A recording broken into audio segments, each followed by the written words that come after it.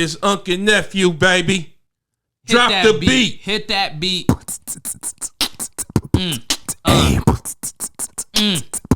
Yeah. A lot of stuff on my mind right now, man. I gotta kick this freestyle about the Unk Nephew podcast. It's Unk Nephew. Unk Nephew. You know what it do with Unk Nephew. That shit was terrible. It's trash. That was Man, that's I'm not gonna lie to you.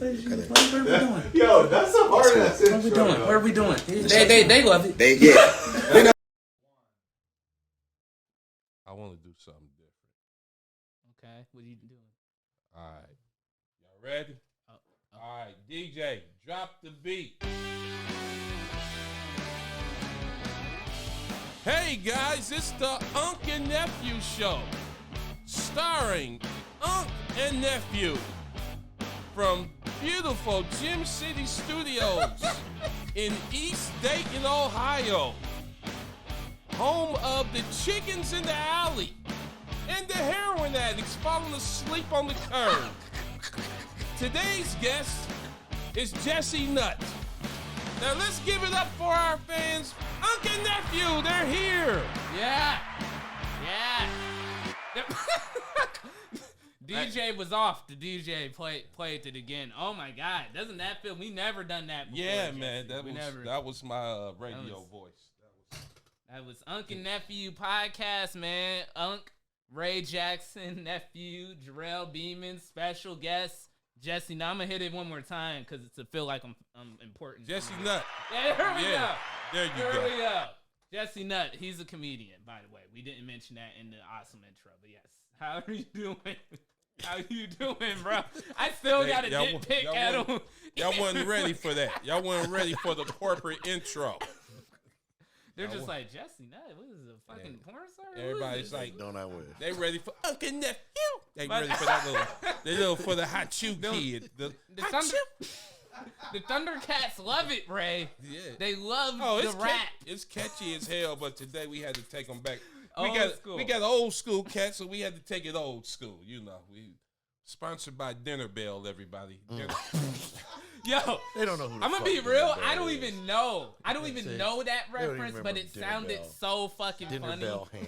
Also sponsored by Johnny's Bootleg Weed. Okay. Ah, shit. Ah, man. How you gonna do? Now No, it's not bootleg, but it's his. I was gonna say, how do you even do bootleg weed? What the fuck is? I thought it was just Reggie. What the fuck? Nah, that ain't no Reggie. You said there's Reggie, then there's boot. Nah, that ain't no Reggie. Shit. That shit should be called Giraffe, because it's high. It's high. It's high. Oh, that's what you. Damn. Yeah. Get you higher than Giraffe's nutsack. That's what you meant. Okay. Yeah. I dig it. I haven't been smoking, but trust me, I see the engineer. He's like, the camera angles are gonna be switched real slow this episode. He's been smoking. All right, actually, Jesse, man, thank you for coming through. In all seriousness, we know you're a very busy man and everything, man. We appreciate you coming through to the studio. Man, how you feeling today? For real? Well, I feel pretty good, man. I'm glad you guys asked me to do this. I feel like, hopefully I can, I guess, do whatever y'all do when y'all do this. We whatever talk, that is. and Yeah. I'll say as everybody calls me the OG of comedy around here, Jesse is truly the OG of comedy around Truly. here. When did you start getting into the comedy business? My wife and I were having this conversation just last week, and I noticed that she took great glee in reminding me I've been in the game 40 years. Damn. 40. Started in, I think it was either 82 or 83. I can't tell you the date. I never wrote it down. See, I just always knew this was what I was going to do anyway. So, when Wiley's was back up in Belmont, it was up there on Patterson. Club had been open, I don't even know how long, maybe a few months, a year, whatever. Walked in, asked, that was that.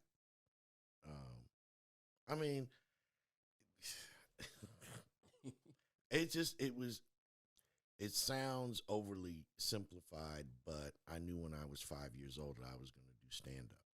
I absolutely knew it. And there were very few things in my education and life that ever interested me as much as being a stand-up, ever. So I always knew there'd be other shit I had to do. But the only thing I wanted to do was fucking stand-up. So, nowadays everybody and their mama feel they could be a stand-up. You got social media. You got a plethora of open mic night, amateur night, Absolutely. everything. What wonderful. was the comedy scene like in the 80s in Dayton? It did not exist. As far as a scene, what you had, the scene was Wiley's. Wiley's was your gateway to the comedy scene, as it were, in the nation. Because Wiley's would have touring comics. So you're seeing basically people in the game every week. A lot of Chicago guys, New York guys, some LA guys. They also had this paper called Just for Laughs. It's a little, maybe 10 pages. But it was, in the back, it had the listing of easily half or more of the comedy clubs in the nation. Right. So, and it was just, yeah, for me, other guys, it was required reading. You know, every time one came out, you just devoured it. But you had Wiley's here. Then if you went down to Cincinnati, there was this joint called Aunt Maudie's, which was right down in Over the Rhine when Over the Rhine was over the Rhine. Oh, snap. Oh, damn. Oh, No, snap. it was, no. I never knew that. So that's where it really went down. Oh, it was, Explain what Over the Rhine was to people okay, the crib that don't know. Over man. the Rhine was this part of Cincinnati where basically spitting distance from downtown, where everything you thought you knew about Cincinnati got turned on its head. Because in downtown Cincinnati, you know, it's very beautiful and elegant and white. And then you get to Over the Rhine, and it's none of those things. Okay? But that's where a lot of my cousins grew up. You know, it's like you didn't know you were in the ghetto until somebody told you. So shit was the wire. Yeah, Like but that. I mean, you know, again. It was cool, though. I thought it used was to- cool. Yeah. I literally, when I was in college, we would go, I had friends that went to UC, Yeah. and I would literally race guys for money. You know, I was still running track and shit then. And we would, like, hustle them, like, you can't outrun my dude. And Yeah. then the crackheads be like, yeah, I'll race you, man. I'll be like, I'm not racing. Yeah, you gonna lose. It was You fun. gonna lose. It was, He didn't have, I wasn't racing, but he didn't have no money. I'm like, Yeah. motherfucker, we ain't racing I for fun. don't know. Crackheads is fast, man. Yeah, they really was fast. fast. Fast motherfuckers. And that But- was, yeah. Aunt Maudie's was, and I mean, literally, if you had to step over somebody taking a nap on the sidewalk to get to the club, it was great because it was real narrow. Like, to get in the club, super narrow entrance. Then it opened up into this club, and it may have sat 50, 60, 75 people. But that's where I met, like, Steve Caminiti, Right. Blair Shannon, Rico Diaz. I met all these Cincinnati comics, Mike Flannery, all these guys. It just blew me away that there really was, because even in the Natty, at that point, there was a scene. There were a lot of comics, black and white, and they were getting work, you know, paid work. So, yeah, from that and just Wiley opening the door for me, getting me opening gigs and whatnot. Yeah, that was, I hate to use the phrase, but yeah, dream come true. Well, how long did it take really?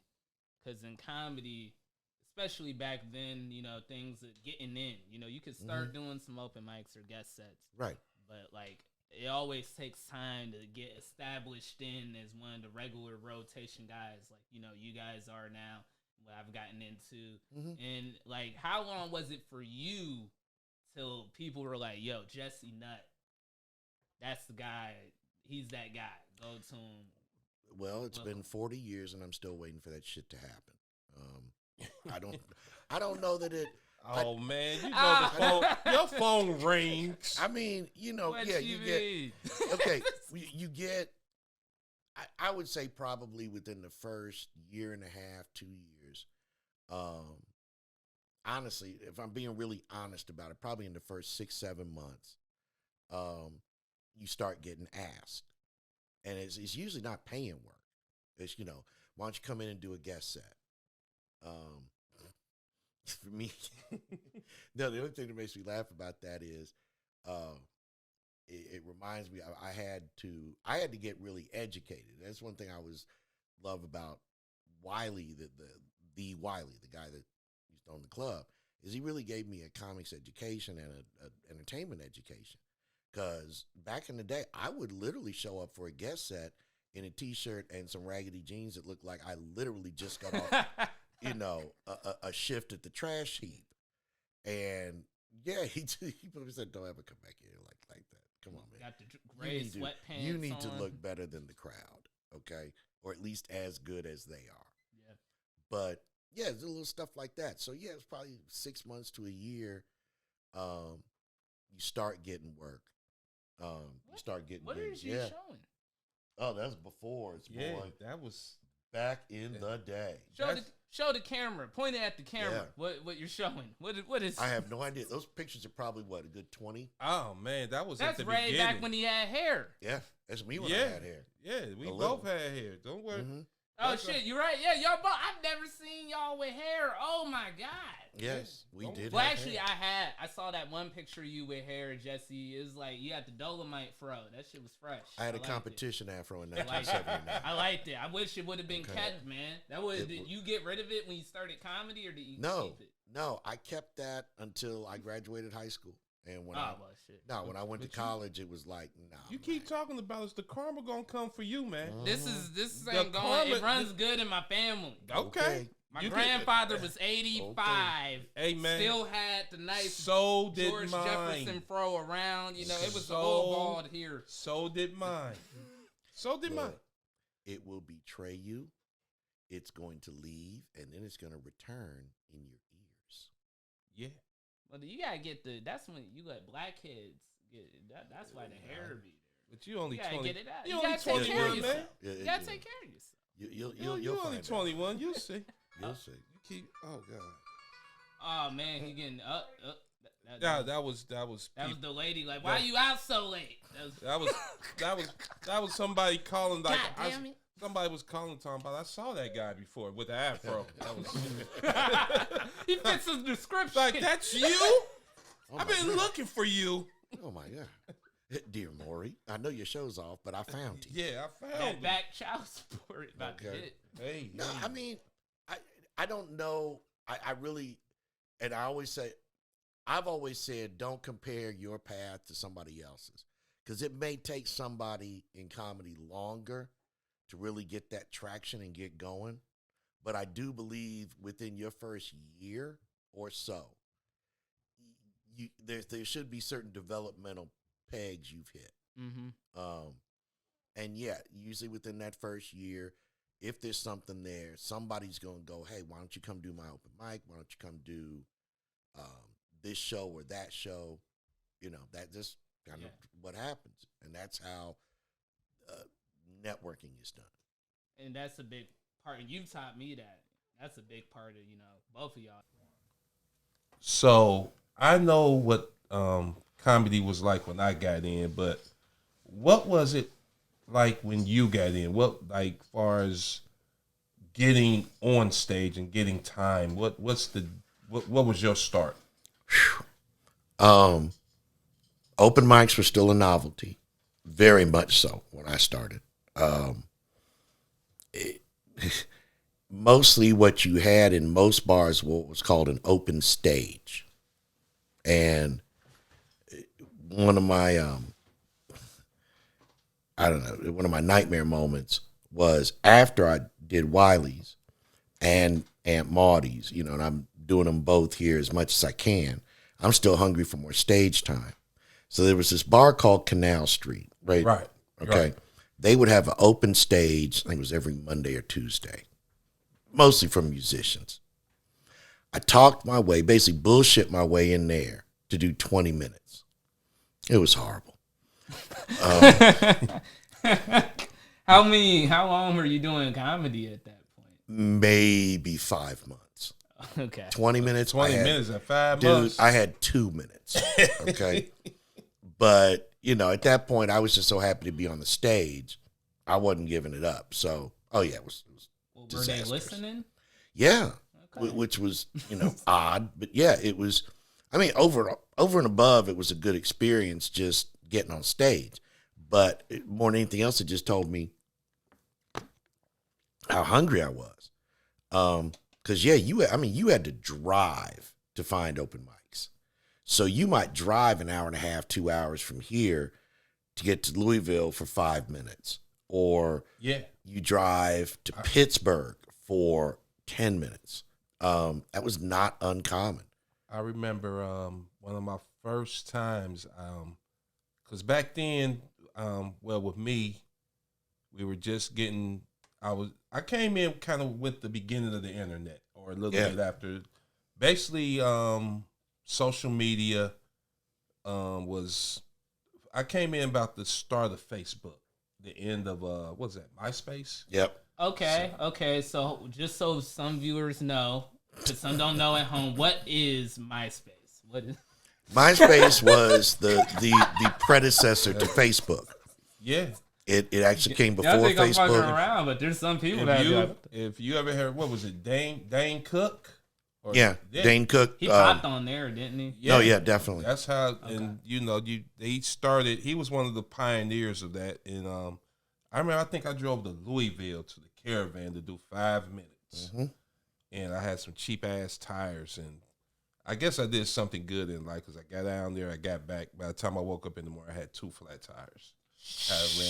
God was looking out for you, man. Yeah, he was looking out. He got me there and got me back. Damn. But just to do them 5, man, you had to go all the way down. And now look at it, man. And that's the biggest difference is now you can, to me, that also means the perfection curve should shrink, because when I started, if you got 3 sets, and again, if you're not living in LA, Chicago, New York, if you're living somewhere in the Midwest or wherever, you're only getting, again, 3, 4, 5 shots at a stage a month at best. So it takes a longer time to perfect any kind of set list or your stage presence or anything like that. Whereas if you can do within 2 hours drive, 10, 12 open mics a month. Well, I think what eventually started happening for me, I was always getting guest spots. Yeah, I remember that. Getting what they call heat. Like people in Cincinnati was like, "There's this other guy, that regular." I remember, if you remember Todd Lynn. Yeah, R.I.P. to my man T. But Todd was really doing it back in the day. He got on Letterman. Yeah, he took care of me when I did my residency in New York. He looked out. But when we first met, though, he ran a bar somewhere on 6th Street in Cincinnati, and I was the young cat. I don't know if I was high. I probably still the same way. I always want to get on stage. Put me up, man. If I'm going third, I need to go. But he would always go up and do like 20 in between. He was the MC doing 20 in between each act, working on. And I remember he came up. He was like, coming to the stage. Man, you ever seen this one girl, man? Look at her over there. And did another 20. I'm like, hey, motherfucker, man, put me on. Man, that is his room. It's his room. I was just gonna say, when you got your own room, you about to. So finally, he comes up, he puts me on. I literally get on stage and I whisper to him, damn, nigga, about time. And he looks at me like, who the fuck are you? Yeah. But I went up. And if you ever done a bar, the bar is where you really damn the club. Yeah. If you're gonna be a comedian, you gotta do the bar. Hit the bar. And the bar was packed. So I had to work my ass off to bring them in. And I brought him in, we did good, da. And I got off and he was like, good shit. I was like, thanks, man. He was like, but don't you ever do that shit to me again. I was like, all right. But he was like, and people thought we was already, but then it was like a comedian's like prop. Because he was like, now be back next week. And smacked me on my back. And, we was doing our thing, man.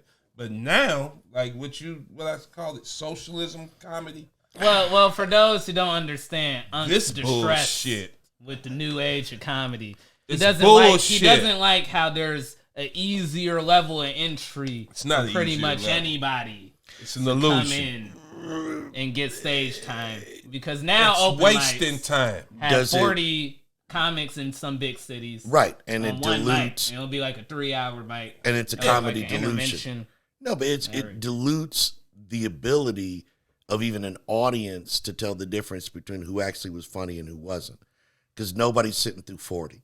At best, you're sitting through 20, okay, including whoever the fuck you came to see, okay, unless you're just a glutton for punishment and you just showed up at an open mic just to see. But rarely are you going to find somebody. I don't even think Cal would sit through 40. No, you're I right. don't But wanna sit through all what that. typically happens at these spots is that you'll see the crowd like literally change throughout the Sure, whole 3 it'll hours. ebb and You'll flow. see a weird, and Yeah. none of them know. None of them ever knows that this mic is happening. Yeah. Like, and that mic happens every week, and still nobody. They walk in like, what the fuck's going on up here? Oh, I thought that was a show. Yeah. I came here for tequilas. What are So, they talking about? And then you you know- got like, it's what do you call it? Ambush comedy. Mm. And then that's how, and then that gets ran for a while, and then eventually that shit runs to the ground, and then a new one pops up. It's like a virus. That mic ends, Yeah, another mic pops. but up. how do you? Where is the sense of urgency to get better if you can always get on? So Yeah. you can stop doing those fucking mics. You you hope. get better, I mean- so you don't have to be there no more. I see people that are still just. Yeah, those niggas suck. Well, I'm not gonna call them that. I'm not gonna. Let's be Well, real. Let's be. Don't worry, I'll bleep it. Those beeps suck. Yeah.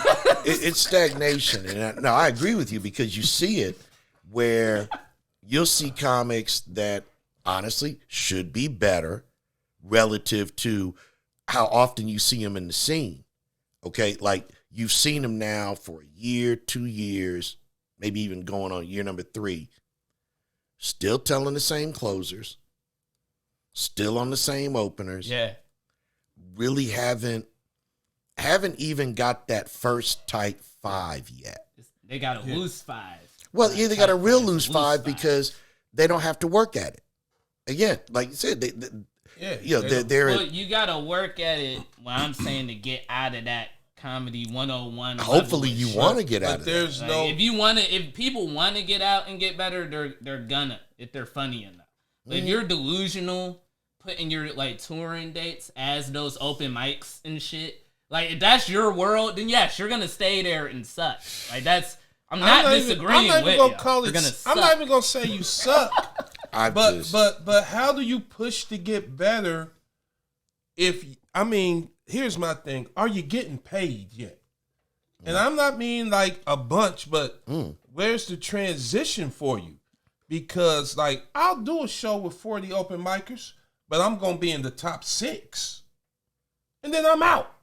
Well, typically how it's working is comics who y'all know it'll be comics that book actual stuff that would just be at the mic kicking it, or maybe they go up and do it. But no, man. They Nah, keep man. seeing you're 40 good and you get booked. Like That's how 30, it happens. 30 people, man. No, man. What are you not trying to listen? You're asking me how it works, and I'm literally telling you how it I'm works. not saying how it works. I'm just saying. Yeah, no, we all agree it's horrible. It's I think it's counterproductive. I just think it would be better to get put on next week's list of 15. Honestly, I think the sweet spot is 10 to 12. I'd think say for a mic, 10 to 12 is. Yeah, I think anything more than that, why? It's just get on the list for next week, the week after, because that to me is even more motivation that, okay, I'm not going to get up this week. I got to wait until next week or the week after. Because that is one thing that I do remember when I started, the span of time between times I got on really motivated me to get better.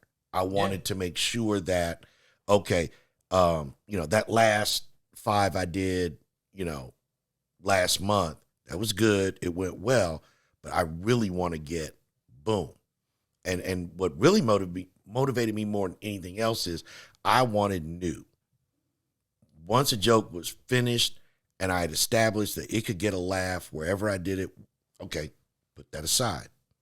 What's next? Yeah, because I'll be honest, when I started when we were in the clubs, I remember Jokers. Oh yeah. Once a month.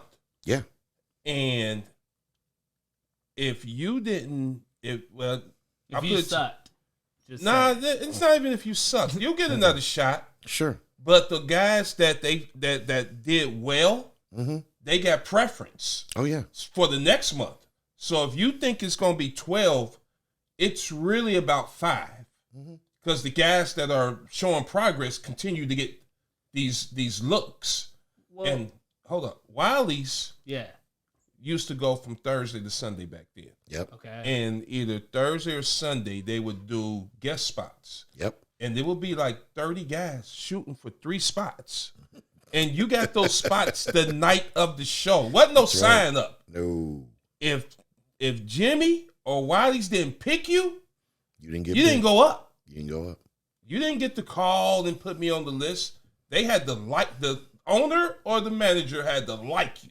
And if they didn't like you, you'd be standing out there for weeks, hoping to get up. Now, to be fair, the criteria was still, as it has always been, you had to be funny. Yeah. You literally had to be funny. Full stop. If you're funny, if your shit is original, you'll get seen. You will get noticed. You will get appreciated. But it starts with funny and original. You got to be unique. You can't be doing somebody else's shit. You got to be you. Yeah, we've seen that before. Well, I was going to ask, did you guys ever see mics at all that were like bringer mics? Where like you were like required to bring a certain amount of people to even go up at the club? Right. Yeah. And if, well, sometimes it was almost the opposite because they would let you go up, but you would be so excited that they were bringing you back. You would do the bringing. You would have people come. You know. Oh yeah.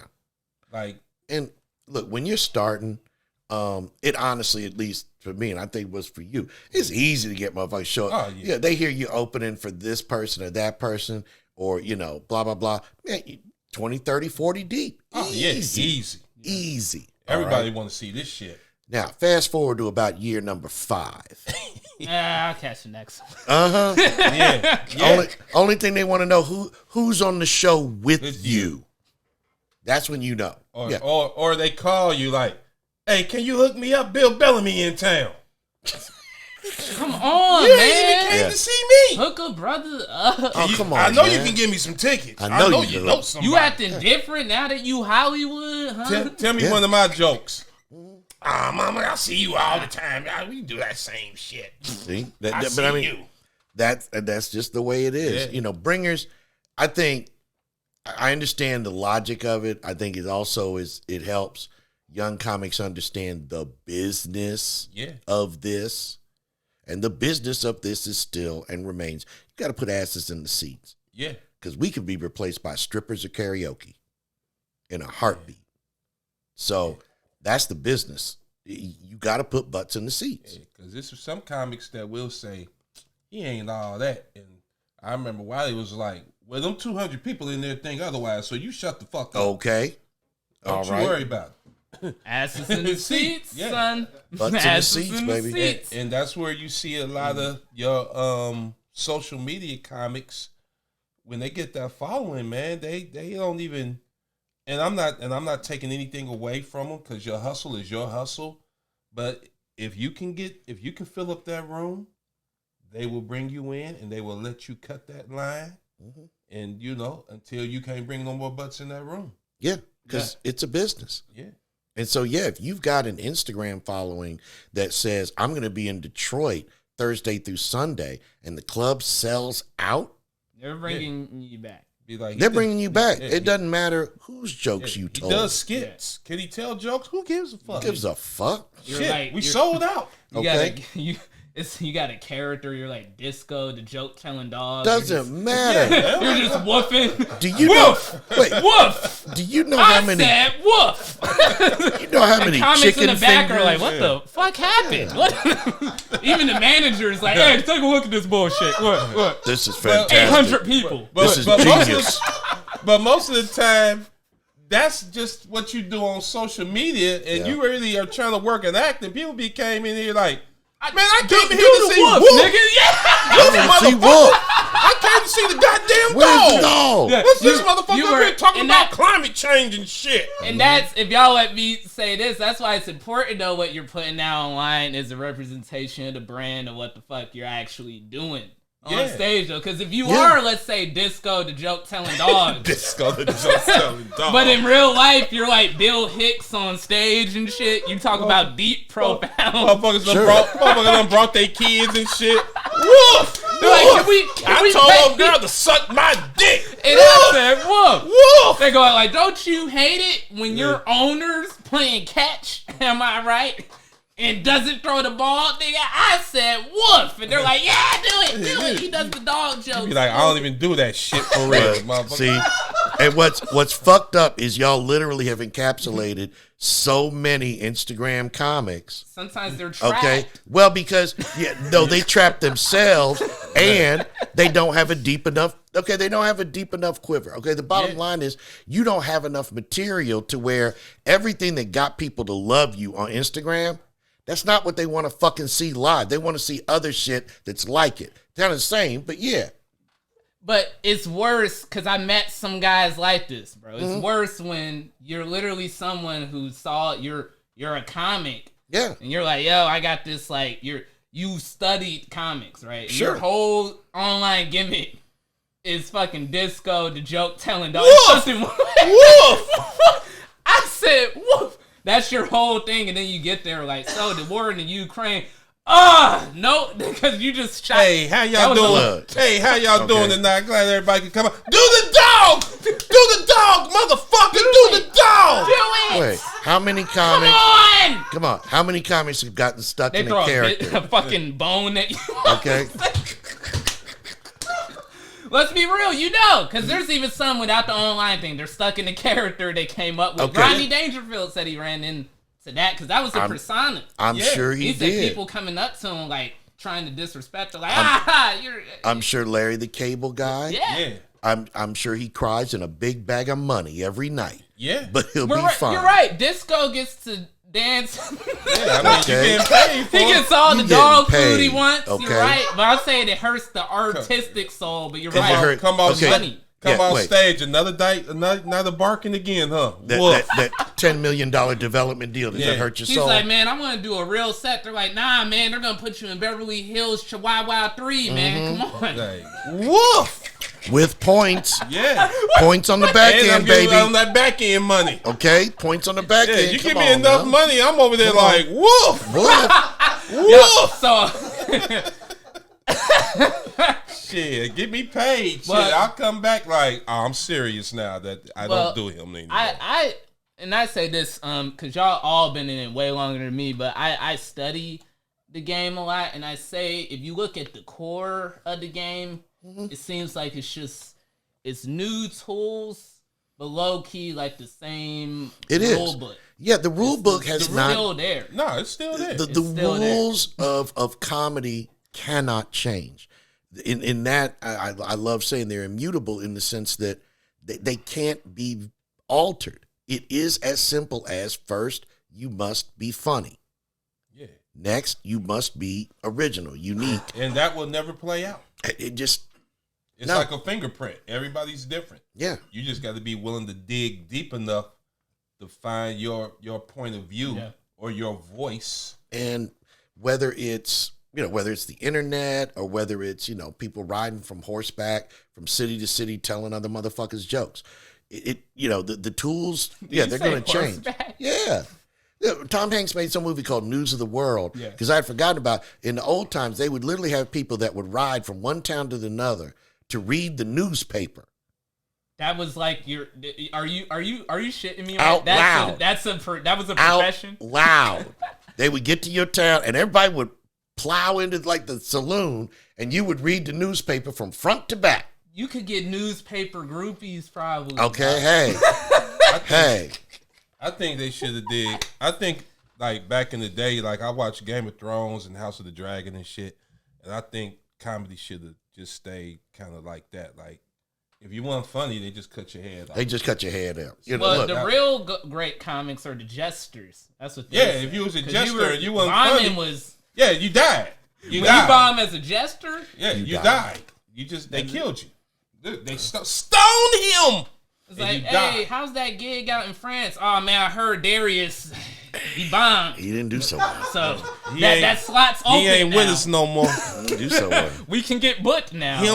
Him not here no more. I've always wondered how many comics died in the Coliseum. Yeah.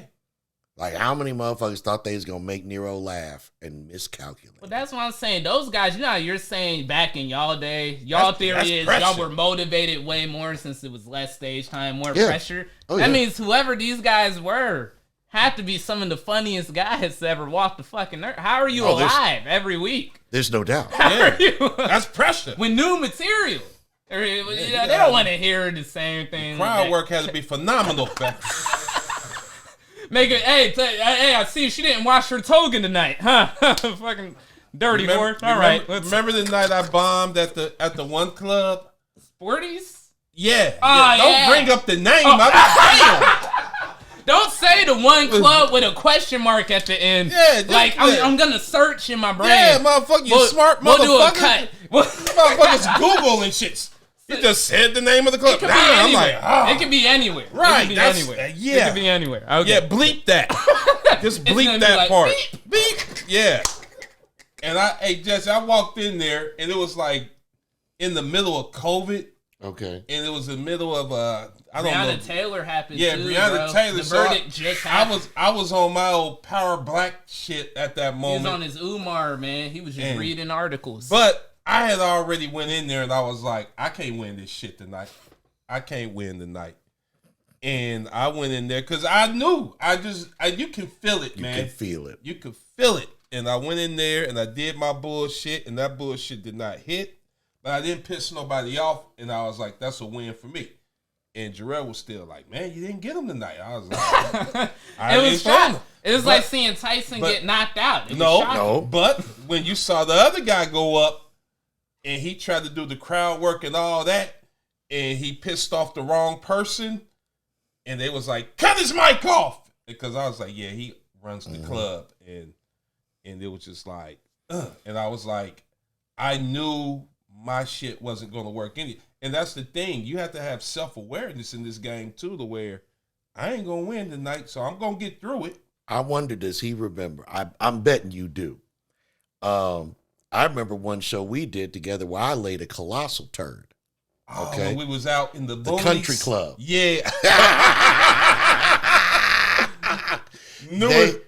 They hated me. Oh, man, you could hear piss drop. You could hear a mouse piss on cotton in China. They looked at Jesse like, who is this light-skinned Negro? They hated me like I owed them money. Now, loved Ray. No, I mean, love them some Ray.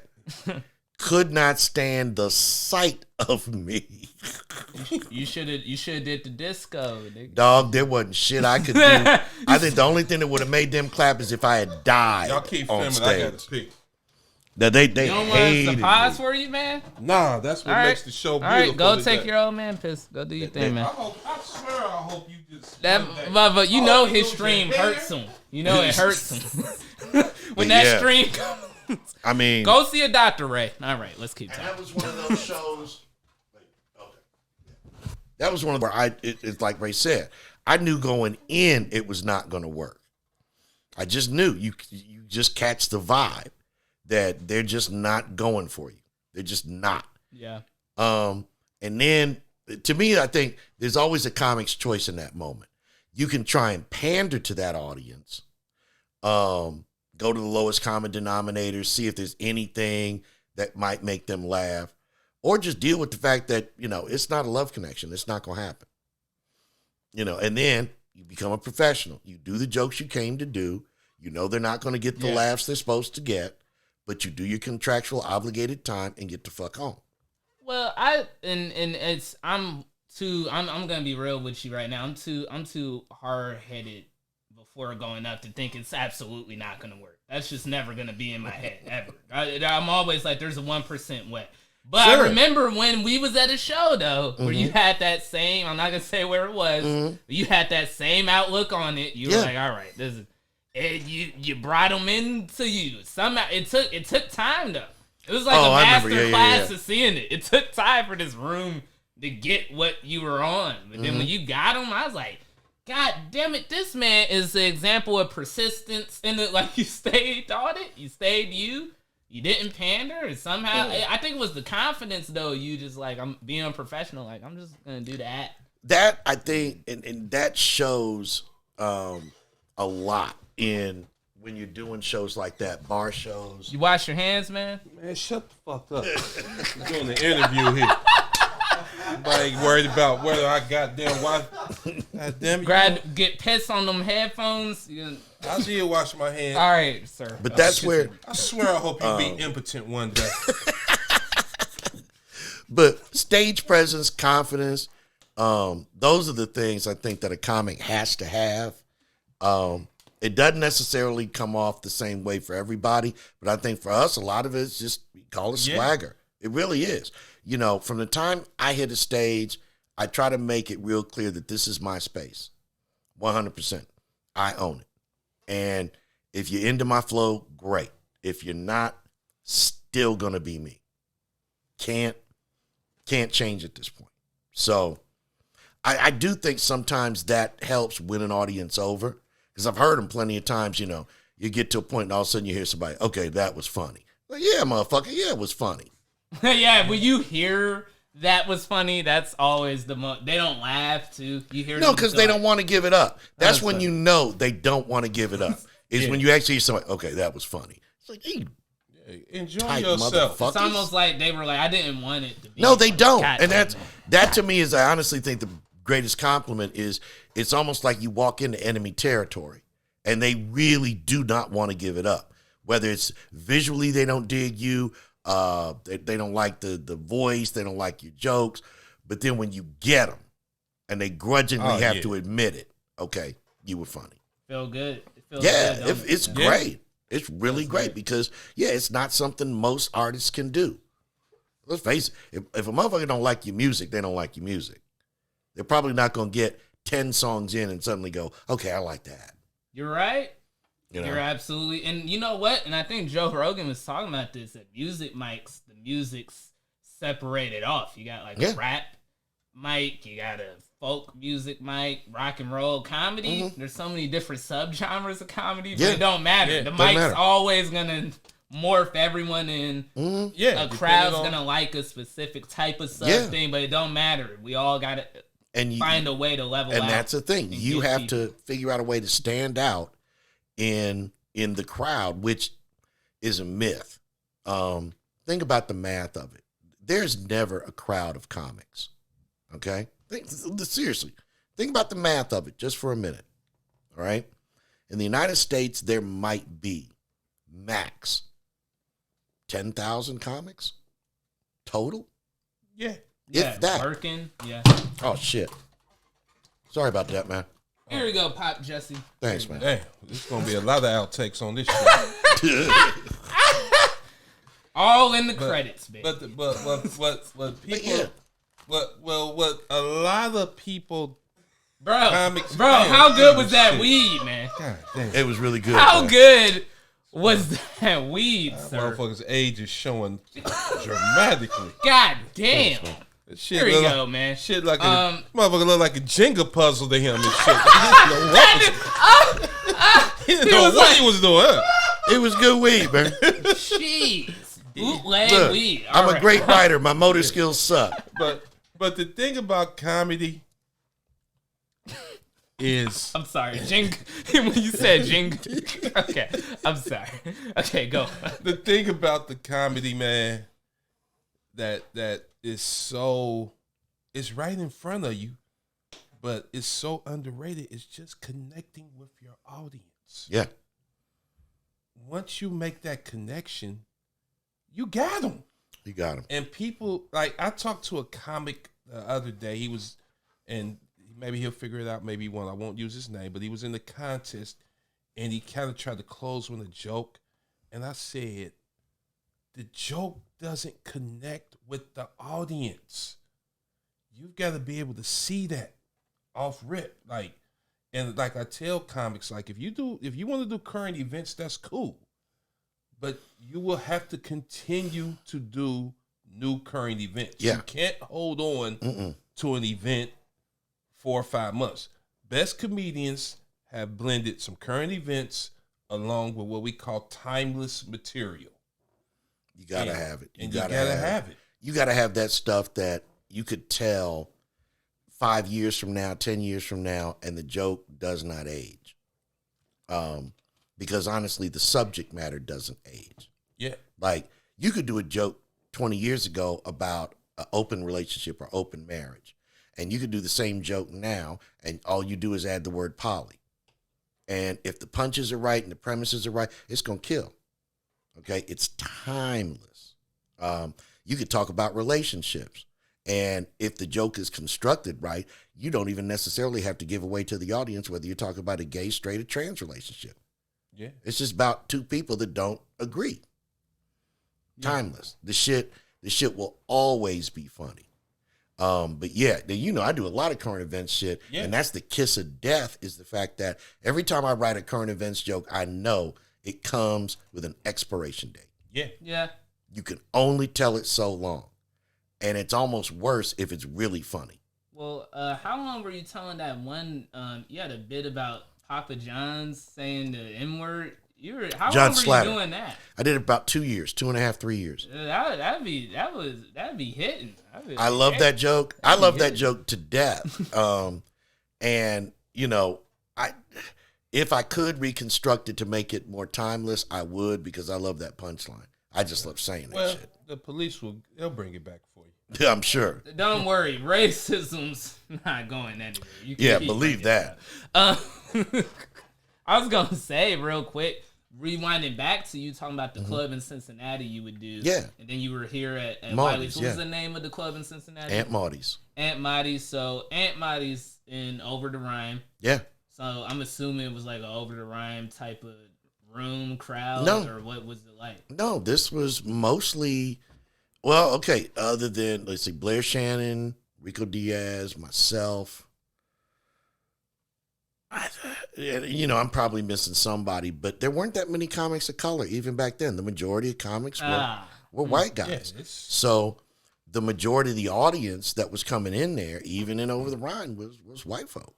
I would occasionally see, when I first started, and I mean occasionally, see a black couple. But that's what I would see, a black couple. Okay. There were no... Number one, there were no urban shows. Those didn't exist yet. No. And as far as comedy shows, even if, first black comic I got to work with was James Wesley Jackson, a great educator for me. Dude blew my mind. Definitely set me on a good path as far as how to write, which I've deviated from. But he was the first black comic I ever worked with, and he drew, I'd say, primarily white crowds in the Dayton area because black folk weren't coming to Wiley's. They just weren't going to come there. They weren't going to come to Belmont after dark. They weren't going to do that. For any club. No. Okay? For any that's club. That's how it was. No, that's how it was. Okay, damn. For real. Jimmy Walker's playing that Wiley's. Tell him we said hi. Tell him we said hi. I know, mate. Okay? No, but I mean. Not tonight. Not tonight. That's how it was. Yeah. So, it was. I loved Aunt Marty's because to me, it typified what I had come to expect out of, say, a Chicago room, a New York room, L.A. basement room, something like that. Just narrow, smoky, and filled with people and who like comedy, and that's what I found in both Marty's and Wiley's, and later Joker's and the Bone and all the other places. Right. It all boiled down to you go to these places, they're filled with people who really enjoy comedy. And if you're lucky, you meet people that really value comedy. Those are the ones that help you grow. So did you get any hoes? Jesus Christ, man. This is supposed to be our highbrow episode. Okay, he didn't get none. Yeah, he really did. It did. No, let me tell you something. I am one of the worst. I'm one of the worst for the comedy groupie sex. I can truly say, and as God is my witness, I rarely, if ever, you even was got always in hit and out. on. You was about Yeah. about the business. I was over there trying to sign some titties with a Oh, Sharpie. this motherfucker, look, everything I didn't get, he got. Disgusting. That I can tell you. Everything I did not get, he got. Because I would usually hear about it a week or two later. I'd be sitting in the green room. They say, don't sit there. Don't sit there. I'm a changed man. I don't do that no more. Nigga DNA all over the couch. All right. Don't bring no blue light in here. Don't do it. No, seriously. But I mean, and it wasn't just Ray, okay, to be fair. And that's, I tell you, one of the biggest changes from the game when I started to now, Hey, man. drugs and alcohol are not nearly as Oh, no. overwhelmingly predominant or as encouraged. Oh. Yeah, man. I was expecting that getting in the. I'm still disappointed. I've only seen 2 people do cocaine in front of me. Dude, That no, was- you don't. No, You don't I've seen understand. 2. I thought I would You- see a bunch. I thought it'd be a surplus. Okay, first of all, you still got time. You're going to see a surplus. Okay. But, Thank you. dude, no, it's nothing like. Pre-camera phone was a beautiful time. Um, Oh God. When I say it was, okay, when I first started, all go, no quit, did I know literally more comics that spent the day drinking than I knew sober, or spent the day not just getting a little high, wake up, get high, and spend the day getting higher and higher and higher and drunker and higher and drunker Jesus. all day long, every day, no days off. And, you know, you had to do a pregame before the show. So that meant you was going to do a couple shots and a couple of joints, maybe a couple of lines. Then after the show, then you got to go hard. So it might be 5, 6 in the morning. You know, and that was considered standard. You know, I had a comic ask me to tell him to get some crack. I was like, "Excuse me? oh yeah, What was it? What was his name? Frankie. No, he died. White guy.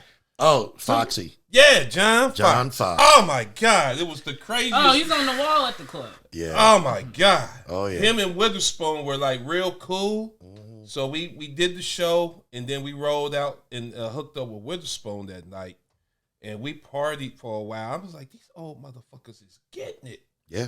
And then all of a sudden we was going home. He was like, and he was just drunk and just, "Hey Ray, you're black. Where's the crack?" I was like, I don't know. I don't Fox know. was crazy. Fox was was crazy. insane. They used to be, Where's Alright. the crack? Mm-mm. Like your Tyrone Biggums. I Hey, watched man, him. Shit was wild, man. We Jerrel. were at a show one night with Fox.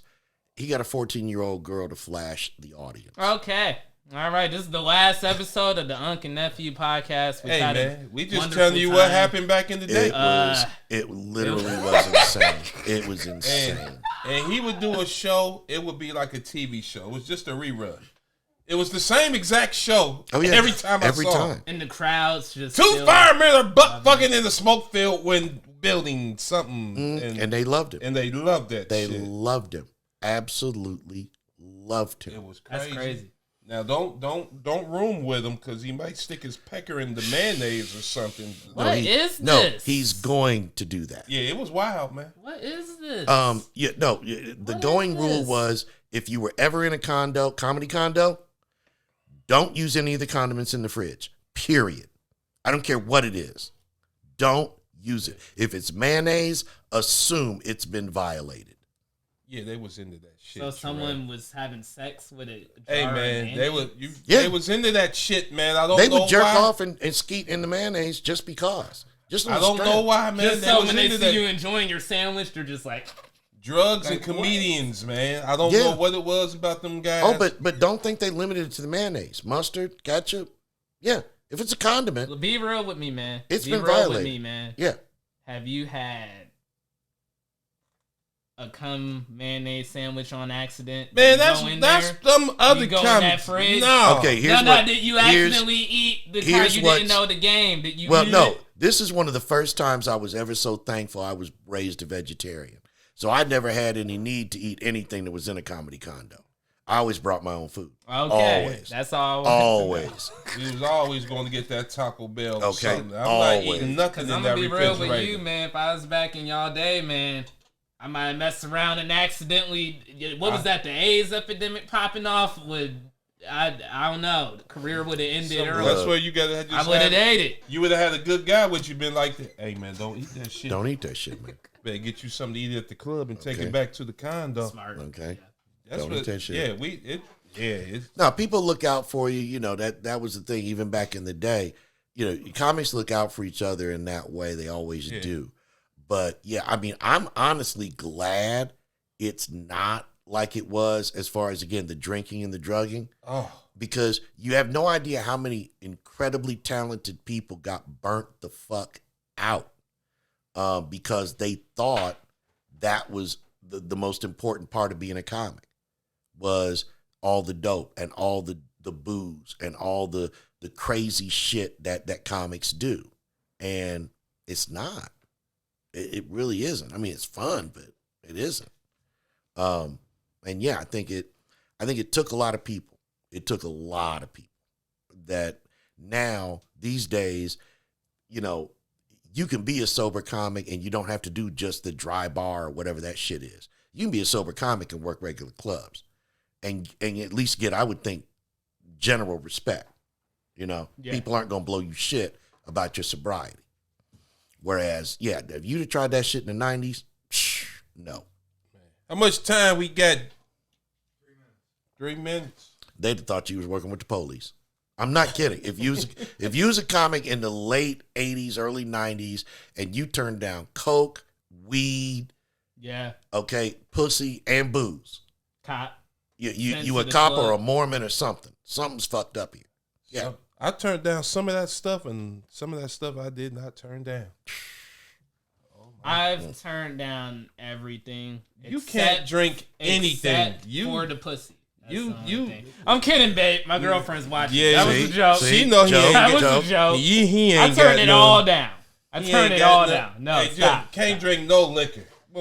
He can't drink an iced tea. That's a compliment. Thank you. He can't drink none of that. Hey, so before we end out, man, I wanted to ask this. We running low on time, but real quick, man, who are some of your just favorite comics? Period, man. Who always was interested in this? Top like 3. Who's like your quick little favorites of the top 3?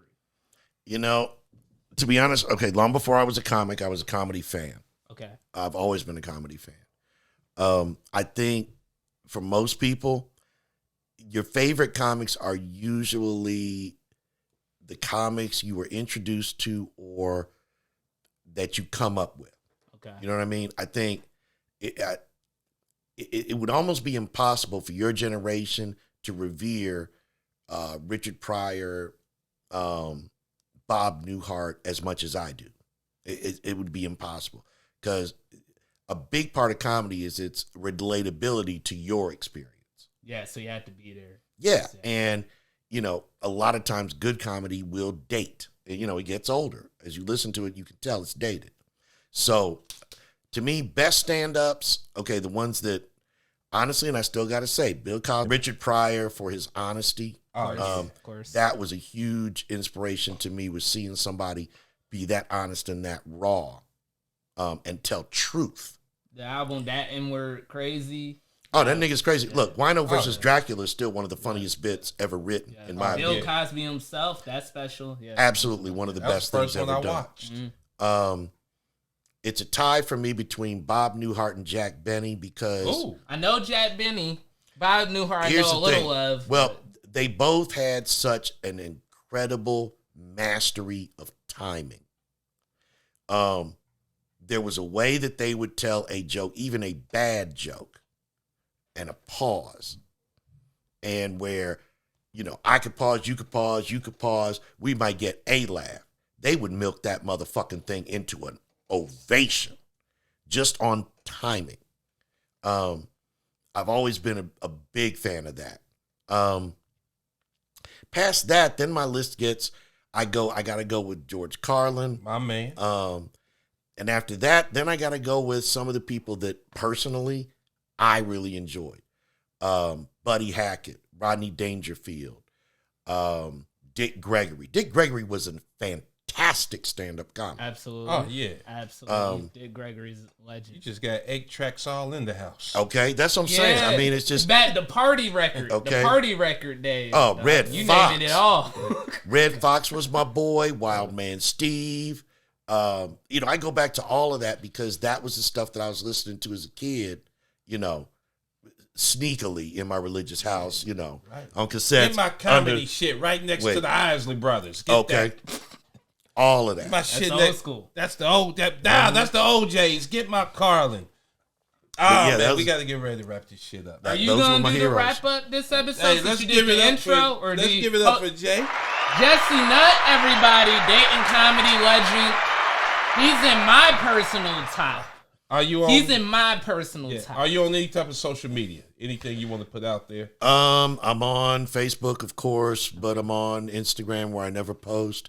I have a Twitter account where I've posted twice in 15 years. So basically, this nigga ain't got shit. Yeah, you want to look he that ain't up. doing shit. The TikTok, no. Come down to Wiley's.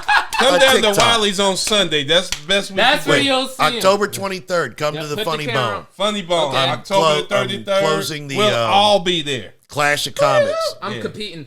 He's So, yeah. competing. I just did mine. So. Yeah.